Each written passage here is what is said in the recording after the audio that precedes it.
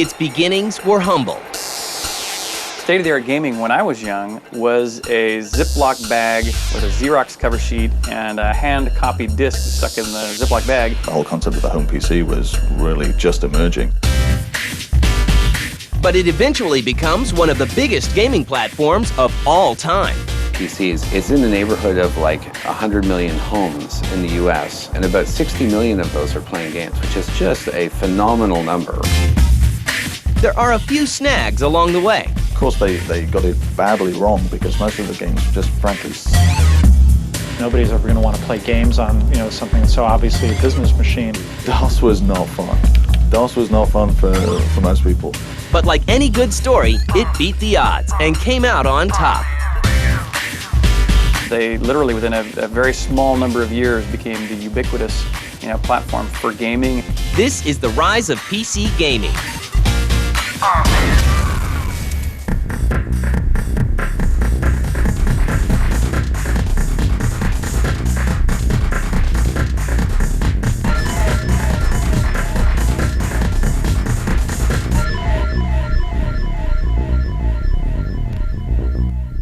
This kid just got a video game for Christmas. This kid just got a Commodore home computer. It's the early 1980s, and a relatively new product is making its way into people's homes, thanks to companies like Atari, Commodore, IBM, and Apple. Sophisticated for advanced needs. Well, the gaming systems at the time were Commodore 64. In the UK, the Sinclair Spectrum was massive, although it didn't really take off over here. Apple IIe was obviously a place where a lot of current game developers got their start playing games and starting on that platform. The Apple and the Commodore were machines that were, on the one hand, very capable, and on the other hand, very simple. In my case, I worked on the Apple more than the Commodore personally, but there was a time when I knew every single solitary byte of memory on the machine, and in the ROMs, what every single solitary part of the ROM did, and in RAM and special hardware addresses, I knew exactly what those did as well. Some of the Apple IIe stuff has really spawned ideas that are still there today. I mean, you had Bard's Tale for the role-playing games. The next step probably was the Atari 800 series of home computers. When our first games were all released on the Ataris, and we thought that was a great game machine, but Commodore basically outsold it pretty quickly in the mid-'80s and became the preeminent game machine for a while. Oh, a final argument for the Commodore 64 or VIC-20. Someday, both kids will be looking for a job. For creative individuals, it was something that could be easily mastered and therefore could allow a great deal of creative expression. The early days of computer gaming are anything but spectacular. Well, there weren't big computer stores with masses of marketing dollars behind the products in the first place, and so they would be tucked away as computers in general were just sort of starting out. The whole concept of the home PC was really just emerging. A lot of the games were in envelopes or a Ziploc bag with a Xerox cover sheet and a hand-copied disc stuck in the Ziploc bag. And usually these games were just hung on pegboard, so to speak, at the local computer shop. And a lot of that stuff was just done by mail. A lot of the business was run by mail, where fans, who were a very small community of people, would be able to just send their $10 to a Richard Garriott, and he would probably personally stick the game in the envelope and mail it off. When I was young, that's how I actually first got into the business, was self-publishing, spending what I thought was a huge amount of money, $200 on Ziploc bags and Xerox cover sheets, and published my first game by hanging it on the pegboard at the computer store. But that was truly state-of-the-art. I mean, it looked every bit as good as the other few game companies that were out there making games at that time. Well, the development cycle of games in the early period was very short. Basically, it was, one guy working a year or so and getting out a game. In those days, all you needed in order to have distribution was some kind of a Xeroxed or a mimeographed manual, sometimes offset if you were really upscale.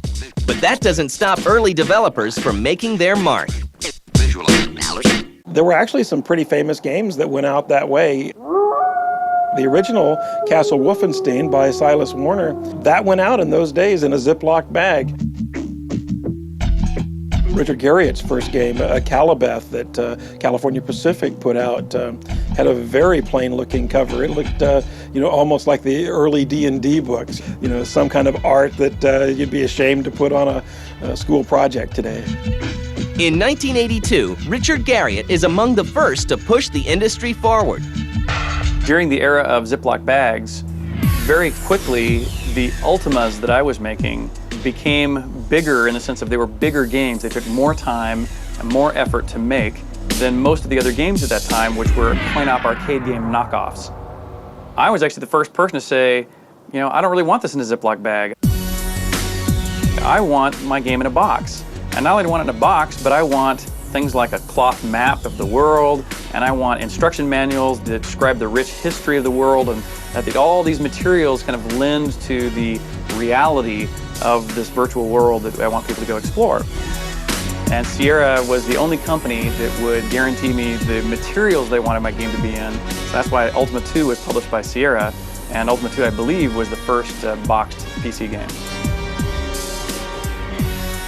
Meanwhile, as computer games began getting bigger and Apple, Commodore, and Atari are duking it out, IBM releases a new PC that will change everything.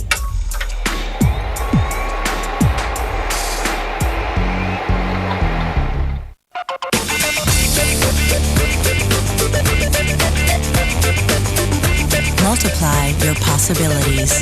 Introducing Intel Core 2 Duo, the world's best processors. As technology advances, the world is booming with new challenges, but also with new opportunities. The field of criminal justice has benefited from many advances in technology, and new jobs are emerging. The new ITT Tech School of Criminal Justice. At ITT Tech, you can now earn a degree in criminal justice. We teach the fundamentals of the criminal justice system and can help you develop the skills to respond to and prevent crime. The world of opportunities is yours to explore. At ITT Tech, we know that while technology presents new and exciting possibilities every day, it's the people behind it who matter most. ITT Technical Institute School of Criminal Justice, education for the future. To find out more, call 1-800-327-1172 or visit us on the web.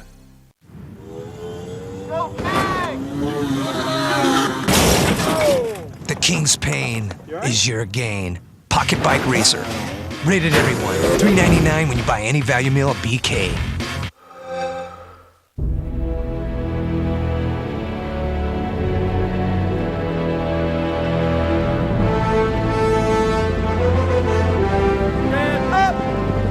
If you're ever in an interview and are asked if you've had leadership experience, try not to smile.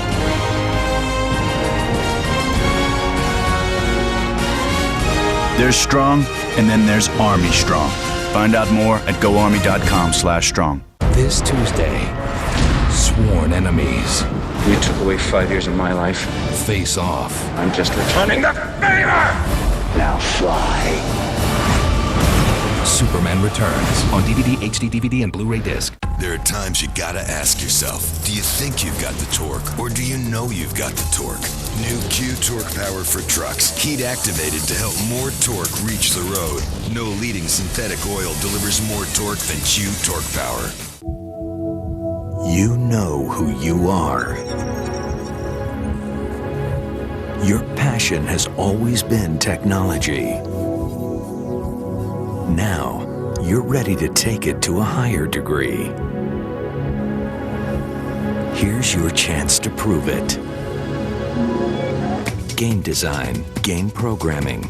Learn more at gamedegree.com. Monday on Attack of the Show. He's directed some of our favorite movies, but is Peter Jackson really that great? We'll get into it in The Loop. And we'll explore the high-priced battle for the new gaming consoles, and it came from eBay. It's Attack of the Show, Monday at 7 p.m. Eastern.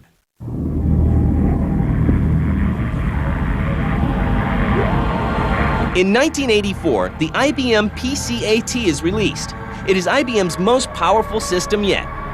It is a step up from the previous IBM PCs that have already established themselves as business machines. But it's behind the curve when it comes to gaming. The game industry itself is hardly impressed by Big Blue's new entry. Well, the IBM PC was a business machine. It was there to be a typewriter, a word processor. It was there to be a computer and not an entertainment device. And so it was probably very tough in the first place to say, yes, I'm going to use my several $1,000 piece of equipment to play Pong.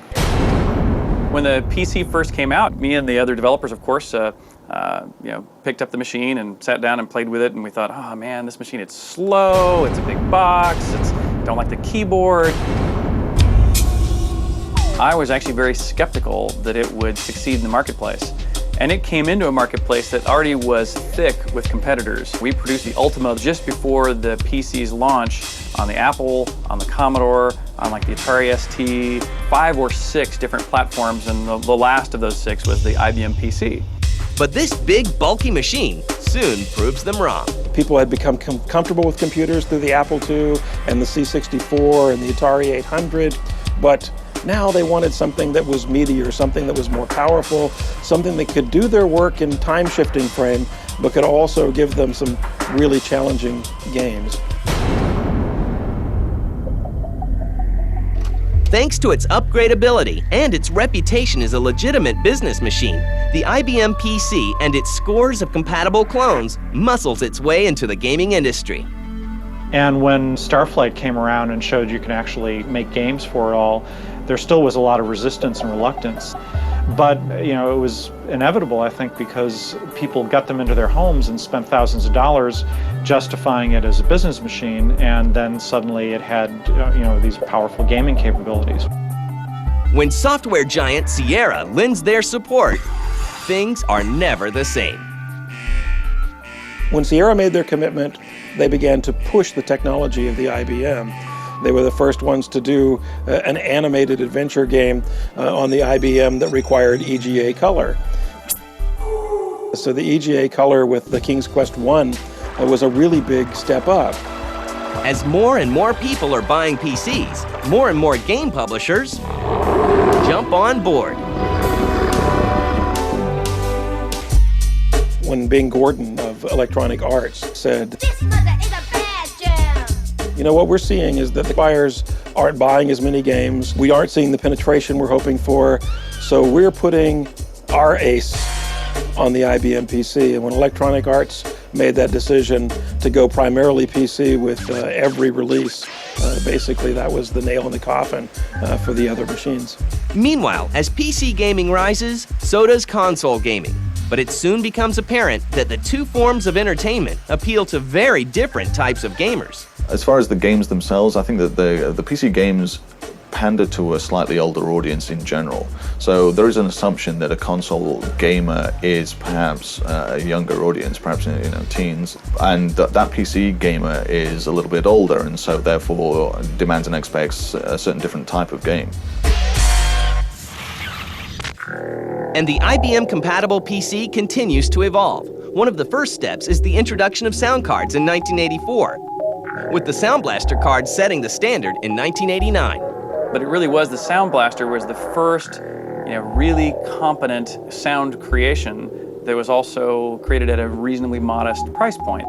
Very quickly, all the development community jumped on board saying, hey, finally at last, our games, which have been improving rapidly in areas like graphics and gameplay, but had really been lagging far behind in audio. Know that the time has finally come. It was a much needed step forward that since all the developers jumped on board, therefore all the consumers jumped on board. By the early 1990s, the IBM PC is booming as a game machine. Everything from role-playing games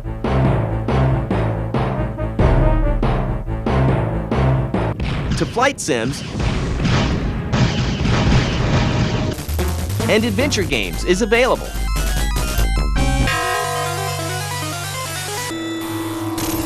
Now, in the early 90s, we had the speed of machine, the high resolution of graphics, and in general, the technology to be able to tell these graphical stories the way, King's Quest. Even the Ultima games. Stand back! Backlin! I shall outline my plan to destroy Britannia. And Wing Commander were able to do very well.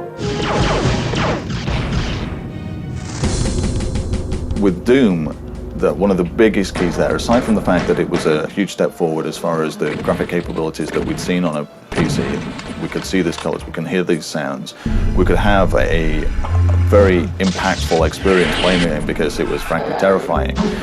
On top of that, there was the multiplayer. And the fact that you could actually link up a couple of machines in an office and play. The Secret of Monkey Island was just absolutely a fabulous experience because it was just hilarious.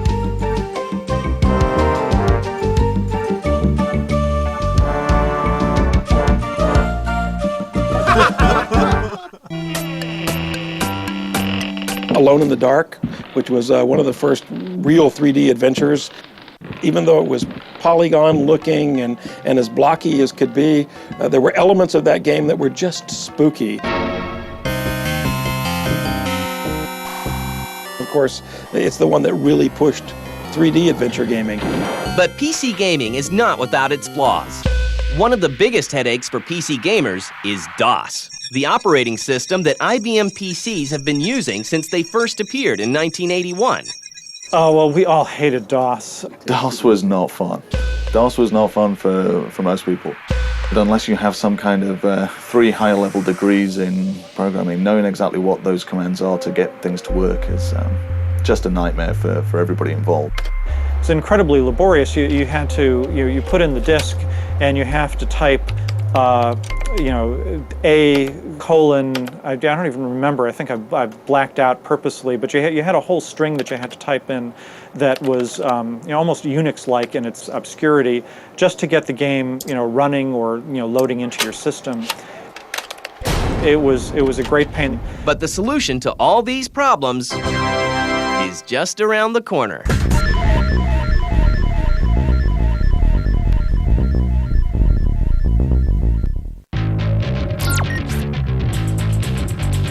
I'm Layla Cayley, and this is The Feed.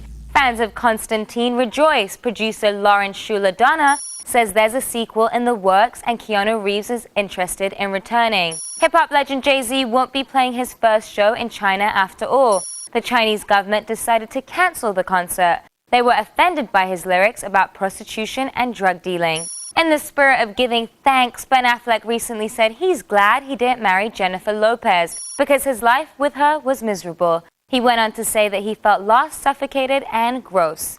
And finally, in news that's sure to create widespread teen masturbation, Scarlett Johansson has stated that she thinks Uma Thurman has the perfect body. Johansson was recently voted as having the best cleavage on the planet by People magazine. Visit us on the web at g4tv.com/thefeed. It's all the news you need to know. I'm Layla Cayley, and you've just been fed. Whoa, that was close. I know. Guys! What are you doing? You're playing video games when you could have a job creating them. With the right training, you could be an animator, a game analyst, or a game programmer. Make sure video games are a part of your future. Train online for a career in game design. Call toll-free 877-558-2953. That's 877-558-2953. Call now. If you purchased or refinanced your home a couple of years ago and you got one of those adjustable teaser rates to qualify, well, you may be facing an increase that could raise your monthly payment by hundreds of dollars. What can you do? Well, just call or log on to ditech.com and refinance to a low fixed rate. With Ditech, you can feel confident that you're being taken care of every step of the way. Call 1-800-71-FIXED or log on to ditech.com, a GMAC company. So, Peter, what's happening? Now, are you going to go ahead and have those TPS reports for us this afternoon? No. In fact, look, I'm gonna have to ask you to go ahead and just come back another time. I got a meeting with the Bobs in a couple of minutes. Somewhere else you'd rather be? Join over 7 million players in an online world of legendary adventure. World of Warcraft. Try it for free at warcraft.com. Rated T for teen. Ah, yeah. Time of dragons. Dragon riders will come again. You're the next rider.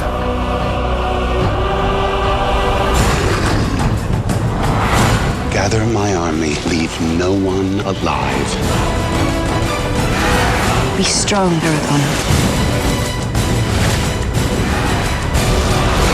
Aragon. December 15th, only in theaters. This film is not yet rated. Your 3 medium Pizza Hut pizzas. That's only $5 each, right? Yes, sir. Thanks. No, thank you. Oh, yeah! Honey, the Pizza Hut kid made a mistake again! I got 3 medium Pizza Hut pizzas for the same price as those other guys! Yeah! It's no mistake. Pay just $5 each for 3 medium one-topping hand-tossed Pizza Hut pizzas. That's right, just $5 each. Want to get 3 for $5? Go for the good stuff. You know who you are. Your passion has always been technology. Now, you're ready to take it to a higher degree. Here's your chance to prove it. Network security. Learn more at networksecuritydegree.com. What is it, Bob? You can take this job. Yeah, you take this job and shove it. Blah, blah, blah. So you're quitting, huh? Yep, I'm gonna be my own boss. I bet you're gonna be your own boss. What do you know about being your own boss, Mr. Entrepreneur? Gonna buy a business, start from scratch? How about startup money? Whoa. Even know where to get startup money? My brother. Got a plan, a program, a mentor, Bob? You can't be your own boss without them. I can't? You're pathetic. You need an Entrepreneur of the Year nominee, Bruce A. Berman's book and CD. It's called I Got Here, You Can Too. Want to be rich, Bob? That's the idea. Then you gotta buy his book and CD. It shows exactly how Berman made a fortune being his own boss, and you can too. Want to start making money now, Bob? Sure. Thanks, guys. I'm Bruce A. Berman. If you want to make $5,000, $10,000, even $15,000 a month right now from the comfort of your own home, then you don't have to buy my book. I will give you a free copy of my book and my Making Money CD. Together, they're over $100 value. This limited time offer is available only on my website below. So go to my website now. They were ordinary people, unsuspecting, innocent victims. Meet the man behind it all. You're a piece of garbage. You owe me the money. John, run through. You said that we could do this to the house. I know you. This is on camera. Jamie Kennedy is back, and no one is safe. You've been X'd. You've been X'd. You've been X'd. No! The Jamie Kennedy Experiment, weeknights at 6, only on G4. Attention all gamers, X-Play is now interactive and in prime time. Join Adam and Morgan for game reviews, live on-screen chat, and video viewer mail. Weeknights at 8, only on G4.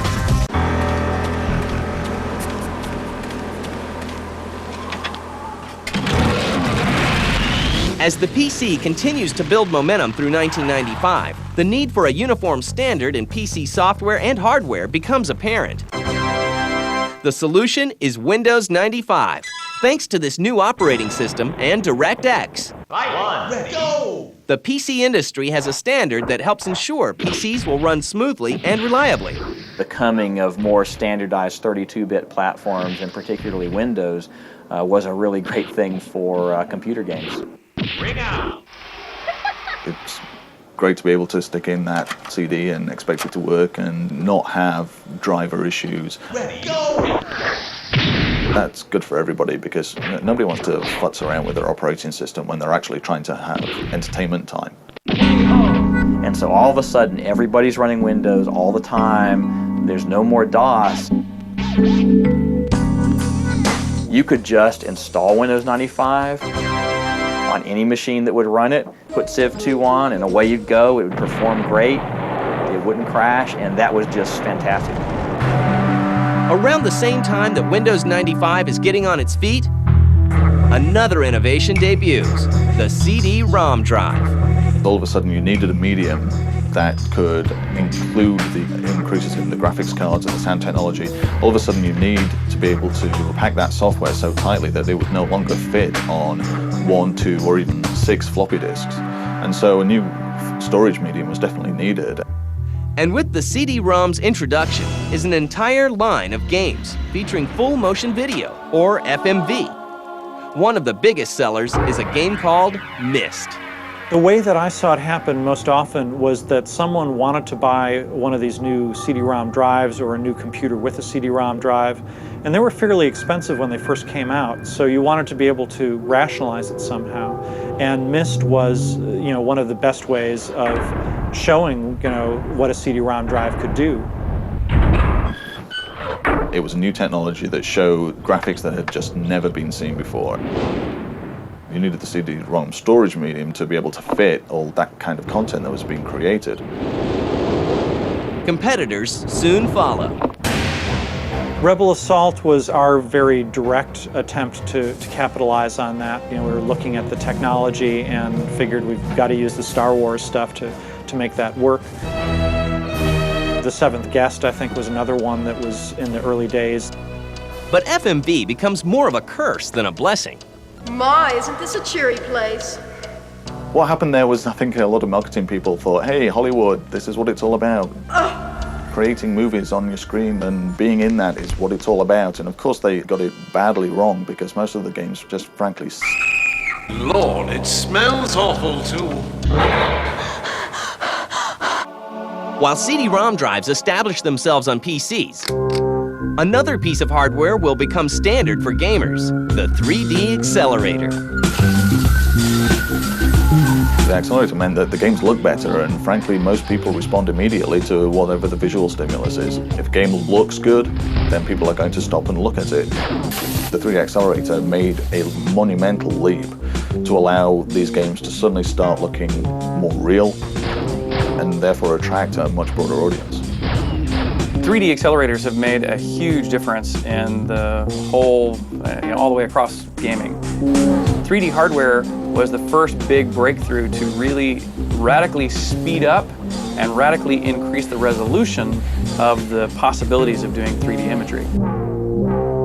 There were probably a couple of killer apps that really got the 3D craze up and running. One would be the original Tomb Raider, which you could compare the software version with the 3D accelerated version, and this was night and day.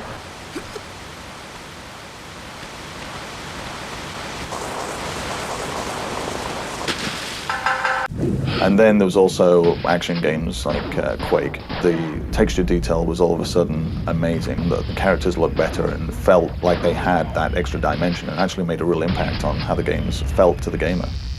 And the number of PC gamers keeps on growing. So I'm going to give you kind of ballpark figures. It's in the neighborhood of like 100 million homes in the US having PCs, and about 60 million of those are playing games, which is just a phenomenal number.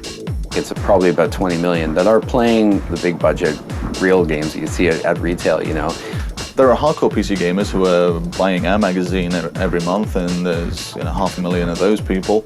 But there's also PC gamers who are perhaps playing hearts and spades in the Yahoo room or doing trivia games. Technically, they're PC gamers. They're using their PC to play games. There are millions and millions of those. Tens of millions. As technology advances, the PC continues to grow. It's still the most impressive platform that even with the consoles, maybe the first year consoles come out, they look better than the PC, but it's the tortoise and the hare. And consoles absolutely have various advantages, but it is a very different experience to play something on the PC. The relationship that you have with your PC and your mouse and your keyboard as you're controlling, you sit 3 feet away from that monitor, and it's a different mindset and different immersion level than it is if you're kicking it on the couch with a console controller. Massively multiplayer games bring together thousands of gamers. New 3D accelerators from companies like NVIDIA are pushing the graphical envelope, and games like Deus Ex 2 are blending old genres to create new experiences.